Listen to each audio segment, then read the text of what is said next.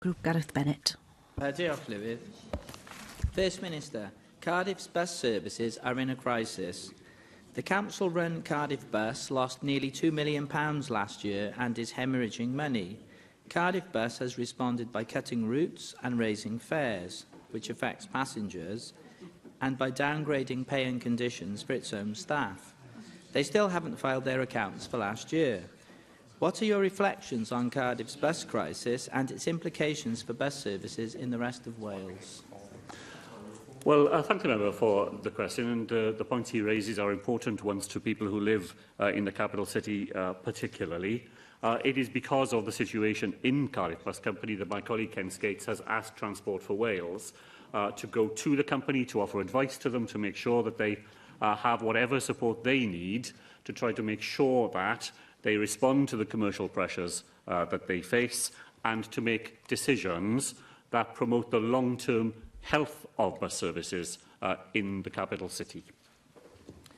I'm glad that action has been taken already, and I'm glad that your Transport Minister is already on the case, and there is going to be discussion with Cardiff Council. But problems with transport in Cardiff have been going on for some time.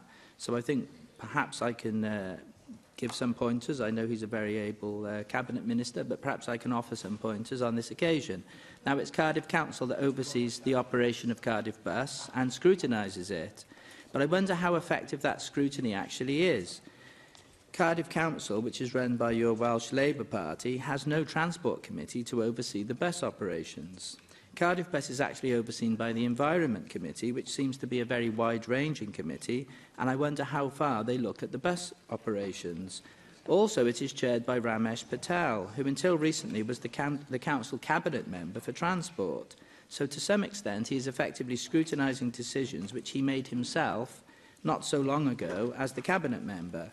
Of course, you will be aware of this, First Minister, since, when he has time to do so, Councillor Patel also works for you at the Assembly. Are you confident that Cardiff Council's Labour-dominated Environment Committee actually has the ability to oversee what Cardiff Bus is doing and help to turn around this staggering mess? So there is an arrangement, a proper arrangement, in which there is a board that looks after Cardiff Bus, and the relationship between it and the City Council is one for the City Council itself to be satisfied with, not for me. Insofar as I see it from the outside, I believe those scrutiny arrangements are robust. They will, following the white paper that my colleague Ken Skates has published and its debate here in the Assembly, it may lead to a joint transport authority which would further reinforce the scrutiny arrangements over what goes on in Cardiff, but more widely across the whole of the South Wales region and beyond. Well, I'm interested in what you say about the Joint Transport Authority. I think that's something, and it's better than simply saying it's a matter for the local council, which is the kind of response that ministers here tend to usually hide behind. But it is interesting, is it not, that when you campaigned for the job of First Minister, one of your policies was to agree with Jeremy Corbyn that we need to return to having more municipal bus companies here in Wales. If you did what you said you would do, and you went for more municipal bus companies, would this not simply be extending Cardiff's failing model across the whole of Wales and causing more problems for the hard-pressed Welsh taxpayer?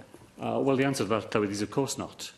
Because if we were in a position, as we hope to be able to be, to reintroduce regulation, re-regulation of the bus services, to bring services which depend almost entirely on the investment that the public makes in them already back under the control of the public, then we would do it in a way that avoids many of the difficulties that the current model provides for the municipal bus service here in Cardiff. I am very pleased indeed to align myself with those proposals that are being developed to bring bus services in Wales back within the control of the public and those people who pay for them already.